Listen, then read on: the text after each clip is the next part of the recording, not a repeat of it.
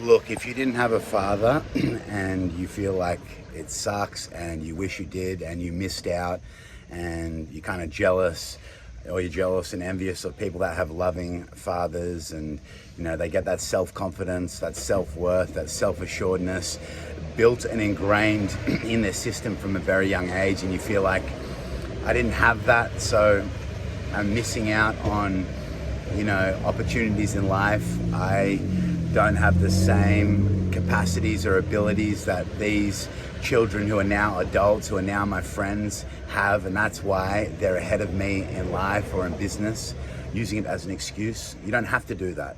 Please don't use it as an excuse. I didn't in my life.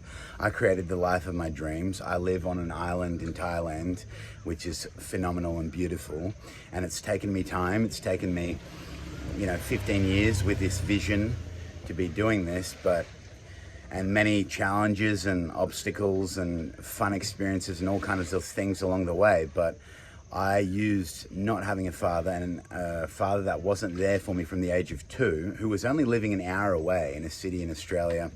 I was in the Gold Coast, he was in Brisbane, and he was working in a factory. And we met for the first time when I was 23 because my brother reached out. I think he created a Facebook account like a couple months before my father had, so he reached out on there, and then he wanted to meet me. He came to my gym, I was working at World Gym, and we caught up, walked around for 6 hours, and I asked some questions. It was quite on the surface, but I didn't really need him by that point anymore. I appreciated him. I understood that he was working through his traumas, his own hardships, his own tough experiences in life, and he wasn't able to overcome his fears and to commit and break his wounds of or fears of rejection, or to break bad habits and self-sabotaging habits that caused or definitely contributed to the divorce with my mother.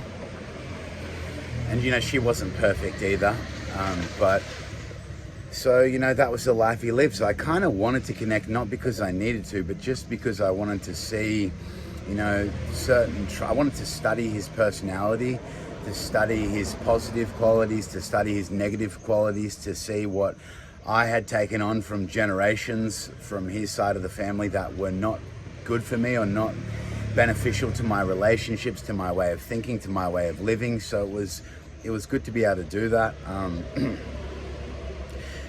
So we met once. I met him 4 years later again after processing a lot of stuff.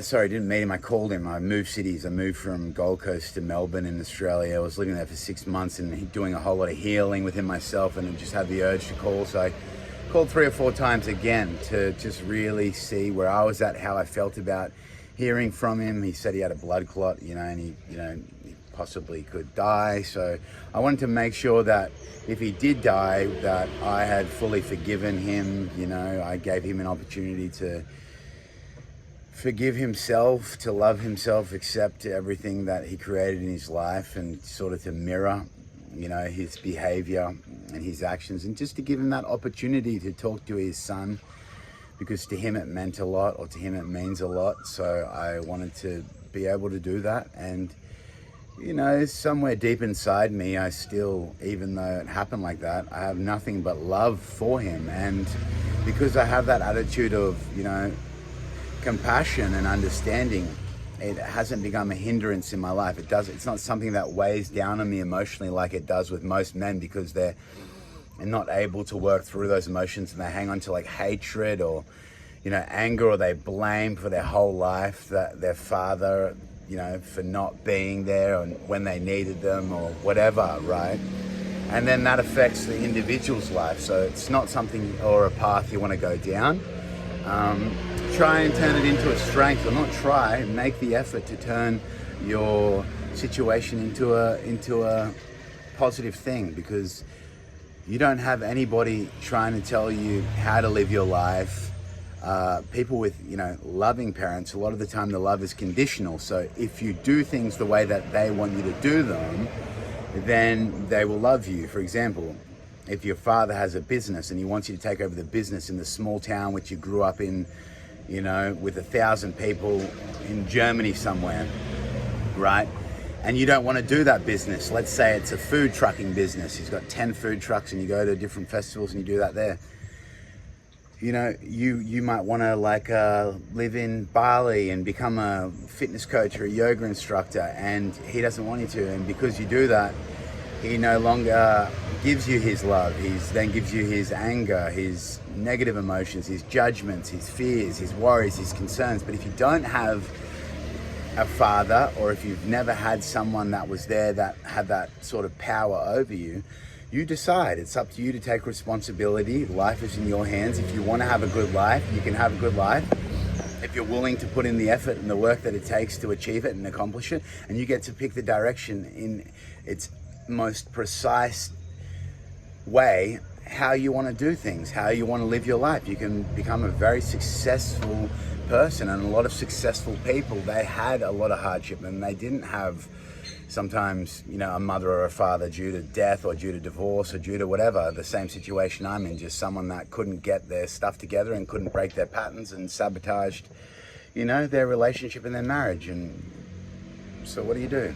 My mum, I'm sure, I don't know the full side, but I do know that my father could have put in a lot more effort and, you know, done more. He did his best, and, you know, so I still love him for it. But yeah, anyway, I just thought I'd share that on here. To anyone who's going through or has experienced something similar and feels confused about how to process it all and, you know, what to do, just remember meditational techniques are phenomenal. Cold swim in the ocean, if you don't have an ocean, a river or a shower in the morning, waking up earlier, cutting alcohol, drugs, that sort of stuff, cutting it out, and trying to live a life where you exercise somewhat, whether it's outdoors or in the gym, and all these little steps, reading books that will help you expand your mind to make you think differently, more positively, that sort of stuff, listening to podcasts that are going to be beneficial and uplifting and feed your soul, quitting porn, all the rest of it.